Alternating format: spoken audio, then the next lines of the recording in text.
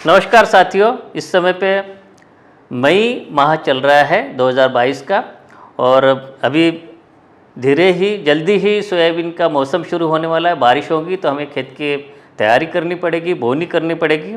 तो इस सप्ताह की प्रथम समसामयिक सलाह में मैं आप सभी का, हमारे यूट्यूब चैनल के दर्शकों का हार्दिक स्वागत करता हूँ। और इस समय पे हम ये बताना चाहते हैं कि जो मौसम विभाग है उसने जो पूर्वानुमान लगाया है, ये कहते हैं कि सभी सोयाबीन के जो ऐसे क्षेत्र है वहाँ पे साधारण वर्षा होने वाली है या उससे अधिक वर्षा होने की संभावना है। तो हमें ये करना चाहिए कि इस स्थिति को ध्यान में रखते हुए कि जो जहाँ तक संभव हो हम जो सोयाबीन की बोनी करें बीबीएफ पद्धति या रीच फरो पद्धति से करें। इससे क्या होता है कि जो विपरीत मौसम में होने वाला जो नुकसान है, उससे उत्पादन में कमी आती है, उसको हम टाल सकते हैं। दूसरी बात, जब खेत की तैयारी करनी है तो 2-3 साल में एक बार गहरी जुताई करना अत्यंत आवश्यक है। यदि आपने पिछले 2-3 साल में नहीं की है, इस समय पे कर ले। और गहरी जुताई करने के बाद में 2 बार विपरीत दिशाओं में बखर चलाकर खेत को तैयार कर ले, उसके बाद में पाटा चलाएं।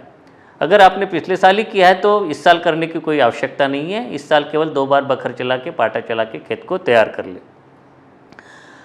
जब आप अंतिम बखरनी करते हैं उस समय पे अपने खेत में कार्बनिक खाद जैसे कि गोबर की खाद है 10 टन प्रति हेक्टर या मुर्गी की खाद है 2.5 टन प्रति हेक्टर के हिसाब से अंतिम बखरनी से पूर्व इसको मिला दें और उसके बाद में जो हमारा खेत तैयार हो जाता है। ये देखा गया कि पिछले कुछ सालों से हमारे सोयाबीन की खेती में सूखे की समस्या आ रही है, उसके कारण उत्पादन प्रभावित होता है। तो ये एक मशीन आई है, सबसॉइलर जिसको कहते हैं।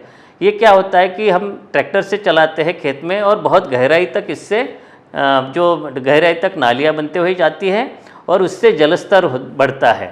जब बारिश हो जाती है तो हमारा जो मॉइस्चर है या नमी अधिक गहराई तक जाती है और विपरीत मौसम में जब सूखा होता है तो हमारी फसल को अधिक दिन तक जीवित रखने में मदद करता है।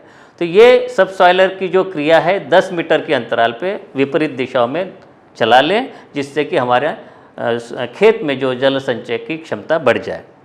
आपको ये भी ध्यान में रखना है कि एक ही वैरायटी की खेती नहीं करनी है, कम से कम 2-3 किस्मों की उपलब्धता अपने पास जरूर रखें और वह ऐसी किस्में हो जो एक कम समय में पकने वाली हो, एक मध्यम समय में पकने वाली हो, एक अधिक समय में पकने वाली हो।